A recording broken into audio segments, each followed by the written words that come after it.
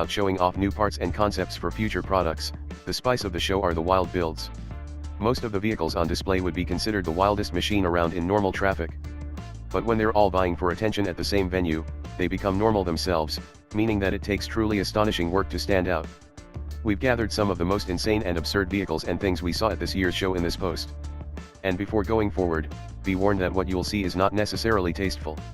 In fact, some of it is pretty tasteless. For those of sterner stuff, read on. We'll start off with something on the mild side of wild. It's this 1958 Lincoln Continental, and it's probably the classiest thing in this list. It's done up like a classic 50s or 60s custom with a vibrant blue paint job, immaculate white interior, and cleaned up body lines. But what makes it truly remarkable is the engine under the hood. It's a Falconer V12, which would be amazing on its own, but it's also capped with not one, but two superchargers. The gleaming chrome blowers are always visible, too, thanks to the window in the hood. Not to be outdone, this Jeep Wrangler had just as many cylinders as the Lincoln, but the form was a bit different. Instead of a single V12 engine block, the Jeep has two 3.8-liter V6s joined together. They're both fed by a single centrifugal supercharger. And as you can see, the nose of the Jeep was lengthened significantly to fit the engines. There was a bit of extra space left over that allowed the winch to be fitted behind the grille, too. Trucks and lifted things were really popular at this show.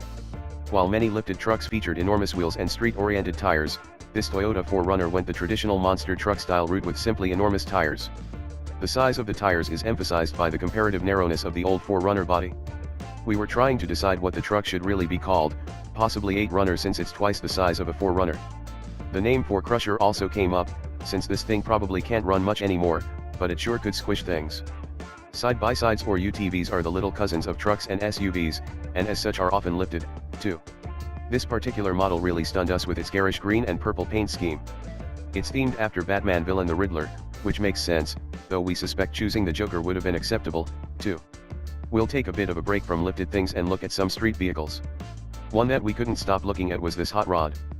Though the shape of the body wasn't particularly shocking, the material on the outside kept us guessing.